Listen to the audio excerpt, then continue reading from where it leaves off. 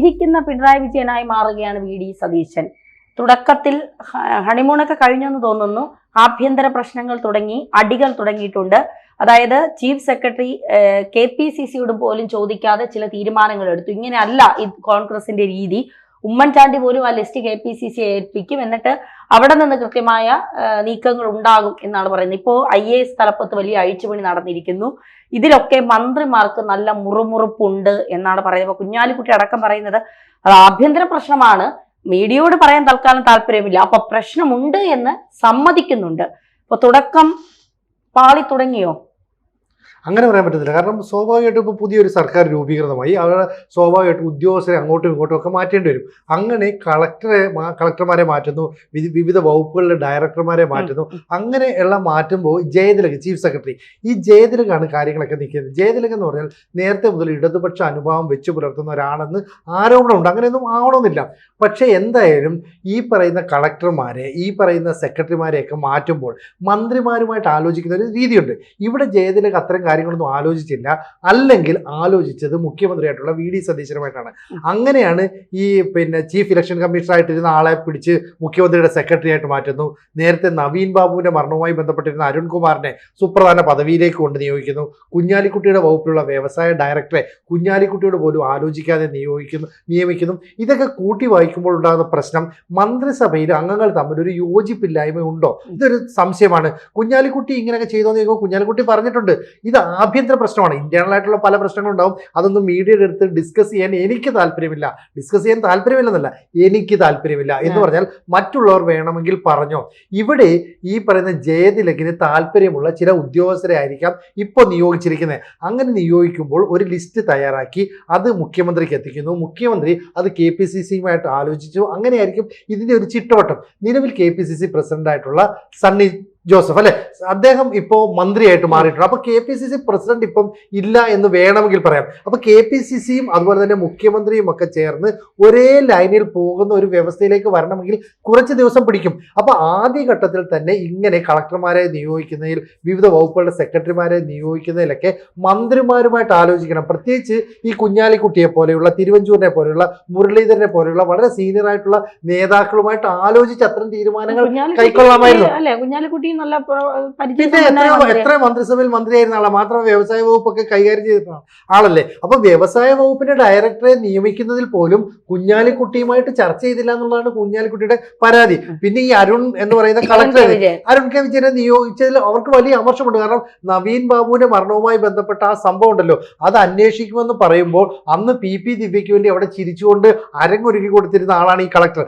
ആ കളക്ടറെ പുതിയ സർക്കാരും ഒരു ഔദ്യോഗികമായിട്ട് ഉന്നത പദവിയിലേക്ക് നിയോഗിക്കുന്നു എന്നൊക്കെ പറഞ്ഞാൽ ചെറിയ ബുദ്ധിമുട്ടുണ്ട്. ഇനി ഇതിനൊക്കെ ഒരു പരിഹാരം കാണാം. കാരണം എന്താ അറിയോ, എനിക്ക് തോന്നുന്നത് ഈ ജൂൺ മാസം അവസാനത്തോടു കൂടി നിലവിലുള്ള ചീഫ് സെക്രട്ടറിയുടെ കാലാവധി അവസാനിക്കും. അതിനുശേഷം പുതിയ ചീഫ് സെക്രട്ടറി വരും. അപ്പൊ ഈ ഒരു മാസത്തേക്ക് ഇങ്ങനെ ഉന്തിത്തള്ളി അങ്ങ് പോകട്ടെ എന്ന് ഒന്നുകിൽ VD സതീശൻ കരുതി കാണും. അതല്ലെങ്കിൽ VD സതീശൻ ഈ പറയുന്ന പോലെ ചിരിക്കുന്ന മുഖ്യമന്ത്രിയായിട്ട് പിണറായി വിജയനെ പോലെ ഏകാധിപത്യ നിലപാട് സ്വീകരിക്കുന്നു. ചീഫ് സെക്രട്ടറി മുഖ്യമന്ത്രിയോട് ആലോചിക്കുന്നു, ചീഫ് സെക്രട്ടറി പറയുന്ന കാര്യങ്ങൾ മുഖ്യമന്ത്രി ഒപ്പിട്ട് കൊടുക്കുന്നു, അല്ലെങ്കിൽ മുഖ്യമന്ത്രി നിർദ്ദേശിക്കുന്ന ചില കാര്യങ്ങൾ ചീഫ് സെക്രട്ടറി തിരുത്തുന്നു.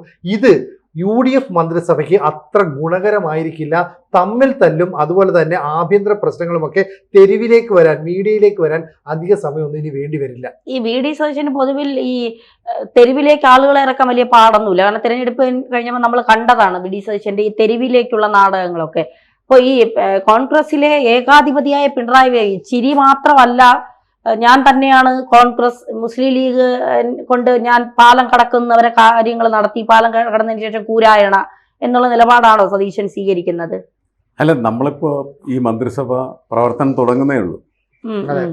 ആ സമയത്ത് നമുക്ക് അങ്ങനത്തെ നിലപാടുകളിലേക്ക് വിമർശകരെന്ന നിലക്ക് നമുക്ക് എത്തേണ്ട കാര്യമില്ല. പക്ഷേ മന്ത്രിസഭയുടെ പ്രവർത്തനം തുടങ്ങുന്ന സമയത്ത് അതിൻ്റെ പൊതുവായിട്ടുള്ള ശൈലി, അതിൻ്റെ രീതി അത് പ്രകടമാക്കപ്പെടുന്നു. അത് ഗുണകരമായ രീതിയിലല്ല പ്രകടമാക്കപ്പെട്ടത്. ജയതിലകിന് 1 മാസമോ 2 മാസമോ ഉണ്ടെന്നുള്ളതല്ലല്ലോ പ്രശ്നം. അയാൾക്ക് 6 മാസമോ 1 കൊല്ലമൊക്കെ വേണമെങ്കിൽ ആവും, അല്ലെങ്കിൽ 1 മാസം. ഇതല്ല വിഷയം. എങ്ങനെയാണ് കാര്യങ്ങളുടെ തീരുമാനങ്ങൾ എടുക്കുന്നത്? തീരുമാനം ഏകാധിപത്യപരമായി മാറിക്കഴിഞ്ഞിരിക്കുന്നു എന്നുള്ളതാണ് പ്രശ്നം. അതുകൊണ്ടാണ് മന്ത്രിമാർക്ക് അതിനകത്ത് എതിർപ്പുള്ളത്. ഇങ്ങനെയാണ് തീരുമാനങ്ങൾ എടുക്കണമെങ്കിൽ വി ഡി സതീശനും പിണറായി വിജയനും തമ്മിൽ എന്താണ് വ്യത്യാസം എന്ന് അവർ ഉള്ളിൽ പറഞ്ഞു തുടങ്ങിയിട്ടുണ്ടാവും.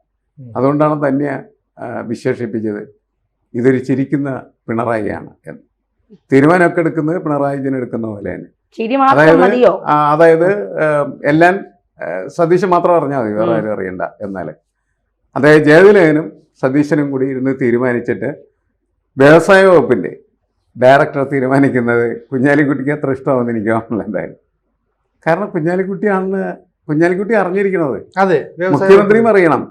ഇവരൊക്കെ ഒരുമിച്ച് ഇത് അറിഞ്ഞ് തീരുമാനമെടുത്താൽ മാത്രമാണ് അത് ശരിയായ തീരുമാനം. അതിർത്തി വ്യക്തമാക്കിയിട്ടുണ്ട്. അതാണ് മന്ത്രിമാര് ഒക്കെ മുൻപ് ഈ പദവിയിൽ ഇരുന്നവർക്കൊക്കെ കൃത്യമായിട്ട് അറിയാം. കാരണം അവരുമായിട്ട് ആലോചിച്ച് അവർക്ക് താല്പര്യമുള്ളവരെയാണ് അതാത് വകുപ്പുകളിൽ നിയമിക്കേണ്ടത്. അവരുടെ വകുപ്പ് ഭരിക്കുന്ന അവരാണല്ലോ, മുഖ്യമന്ത്രി അല്ലല്ലോ. അതെ, മുഖ്യമന്ത്രി പൊതുവായിട്ടുള്ള ഭരണ സംവിധാനത്തെക്കുറിച്ച് ജാഗ്രത പുലർത്താം, അദ്ദേഹത്തിൻ്റെ കയ്യിലുള്ള വകുപ്പുകളിൽ തീരുമാനങ്ങൾ എടുക്കാം. അതല്ലാതെ മറ്റ് മന്ത്രിമാരുടെ വകുപ്പുകളിൽ നിയമനങ്ങൾ നടത്തുന്ന സമയത്ത് തീർച്ചയായിട്ടും അവരറിഞ്ഞിരിക്കണം എന്നത് സാമാന്യ മര്യാദ മാത്രമാണ്. അപ്പോൾ എല്ലാവരും അറിഞ്ഞ് പൊതുവെ തീരുമാനങ്ങൾ ഉണ്ടാകുന്നതാണ്. മന്ത്രിസഭ സംബന്ധിച്ചിടത്തോളം മന്ത്രിസഭയ്ക്കൊരു ജനാധിപത്യ സ്വഭാവമുണ്ട് എന്ന് പറയാൻ പറ്റുള്ളൂ. ഇപ്പോൾ ഉമ്മൻചാണ്ടിയുടെ കാര്യം പറയാം. ഉമ്മൻചാണ്ടി ഇത് എല്ലാവരെയൊക്കെ ആലോചിച്ച് ലിസ്റ്റൊക്കെ ഉണ്ടാക്കി KPCCക്ക് കൊടുത്ത് KPCCൻ്റെ അനുവാദത്തോടെ സാധനങ്ങൾ നടത്തിയിരുന്നതെന്നാണ് പറയുന്നത്. അതുപോലെ ഒന്നും ഇവിടെ സംഭവിക്കാതിരിക്കുന്നു എന്നുള്ളത് കൊണ്ടാണ് പെട്ടെന്ന് അതിർത്തികൾ പുറത്തേക്ക് വരുന്നത്. അങ്ങനെ ഒരു ജനാധിപത്യ ഭരണകൂടമോ ജനാധിപത്യ സംവിധാനമോ മുന്നോട്ട് പോകുകയില്ല. നേരത്തെ നമ്മൾ പിണറായി വിജയനെ വിമർശിച്ചിരുന്നു. എന്താ കാരണം? PM ശ്രീ എന്ന് പറയുന്ന ഒരു പദ്ധതി അതിൽ ഒപ്പിട്ടത് വിദ്യാഭ്യാസ മന്ത്രി പോലും അറിഞ്ഞില്ല, ക്യാബിനറ്റ് അറിഞ്ഞില്ല, ആരും അറിഞ്ഞില്ല, ഒരാളെ അറിഞ്ഞുള്ളൂ, പിണറായി വിജയൻ. അതുകൊണ്ട് എത്ര ശക്തമായിട്ടുള്ള വിമർശനമാണ് അതിനെതിരെ വരുന്നത്. CPI ആണ് വലിയ കോലാഹലം ഉണ്ടാക്കിയത്. അപ്പോഴൊക്കെ നമ്മൾ മനസ്സിലാക്കുന്നുണ്ടായിരുന്നു, ആരും അറിയാതെ തീരുമാനങ്ങൾ എടുക്കും. ഒരാളെല്ലാം അറിഞ്ഞിരിക്കും, എല്ലാം അറിയുന്ന ഒരാൾ, അതാണ് പിണറായി വിജയൻ. അങ്ങനെയായിരുന്നു ആ തീരുമാനങ്ങളെല്ലാം വന്ന് പോയിരുന്നത്. അതിനെതിരെയാണ് പൊതുവെ കേരളം സംസാരിച്ചത്, വിമർശിച്ചത്, കേരളം വോട്ട് ചെയ്തത് അതിനെതിരായിരുന്നു. അതേ ശൈലിയിലാണ് പുതിയ മന്ത്രിസഭയുടെ പ്രവർത്തനങ്ങളും പോകുന്നതെങ്കിൽ അത് വീണ്ടും വലിയ വിമർശനത്തിന് വിധേയമാവും. കുഞ്ഞാലിക്കുട്ടി ഇപ്പോൾ മാധ്യമങ്ങൾ കാണുന്ന സമയത്ത് പറഞ്ഞത് അതൊരു ആഭ്യന്തര കാര്യമാണ്, അത് ഞാൻ നിങ്ങളുമായി സംസാരിക്കാനായിട്ട് പങ്കുവെക്കാൻ താല്പര്യപ്പെടുന്നില്ല, പക്ഷെ അതവിടെ ഉണ്ട് എന്ന് കുഞ്ഞാലിക്കുട്ടി പറഞ്ഞു. മനസ്സിലായി? ഇത് ആഭ്യന്തര കാര്യമാണെന്ന് പറഞ്ഞാലേ അതങ്ങനെ ഒരു വിഷയം അവിടെ നിലനിൽക്കുന്നുണ്ട് എന്നുള്ളത് തന്നെയാണ്. അതുമാത്രമല്ല, ഈ ഇലക്ഷൻ കമ്മീഷണറെ ഇത്തരം ഒരു ചുമതല ഏൽപ്പിക്കുമ്പോൾ അത് ആര് പറഞ്ഞു, എന്തുകൊണ്ട് ചെയ്തു എന്ന് പറയുന്ന വലിയ വിമർശനം വീണ്ടും ഉയരുന്നുണ്ട്. അതെല്ലാ ഭാഗത്തും BJP വരെ അതിനെ ചോദ്യം ചെയ്യുന്നു എന്നാണ് എനിക്ക് തോന്നുന്നത്. നമുക്ക് മനസ്സിലാവാത്ത കാര്യമാണത്. ശരി, എന്തായാലും ഇങ്ങനെയാണ് കാര്യങ്ങൾ പോകുന്നതെങ്കിൽ അത് നമ്മൾ കേരളത്തിൽ വലിയ പ്രതീക്ഷയും പ്രത്യാശയൊക്കെ പുലർത്തുന്ന ഒരു ജനാധിപത്യത്തിൻ്റെ പൂക്കാലം എന്ന് പറയുന്നതിന് ഒരു പ്രസക്തി ഉണ്ടാവില്ല. കാരണം ഈ ഭരണാധിപന്മാരൊക്കെ ഇങ്ങനത്തെ ആളാണ്.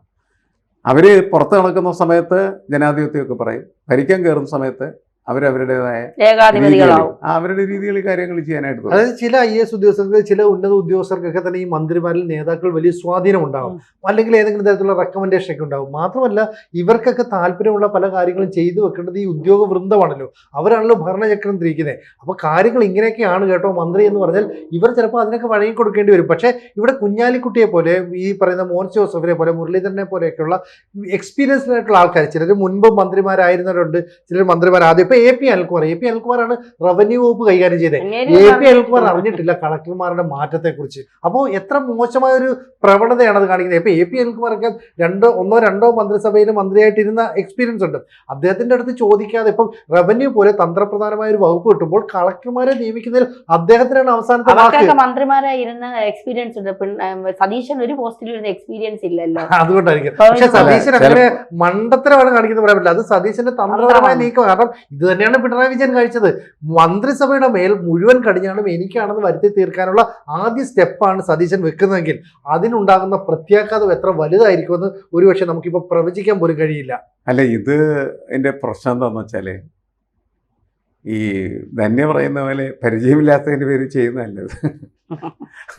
ഇത് അറിഞ്ഞ് ബോധപൂർവം ചെയ്യുന്നതാണ്. ഇതൊക്കെ ഞാൻ ചെയ്യും എന്നുള്ളതാണ്. നമ്മളിത് നേരത്തെ കണ്ടതല്ലേ. ഇപ്പോൾ എന്താണ്, സുധാകരനും അതേപോലെ സതീശനൊക്കെ മൈക്ക് തല്ലിയെടുത്ത് കണ്ടില്ല.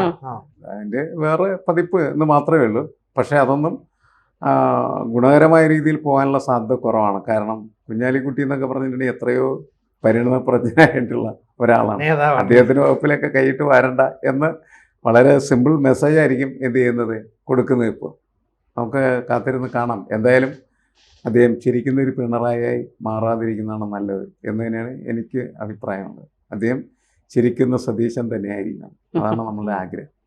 കൂടുതൽ വാർത്തകളും വിശേഷങ്ങളും നിങ്ങളിലേക്ക് എത്താൻ ABC മലയാളം സബ്സ്ക്രൈബ് ചെയ്യുക, ബെൽ ബട്ടണും അമർത്തുക.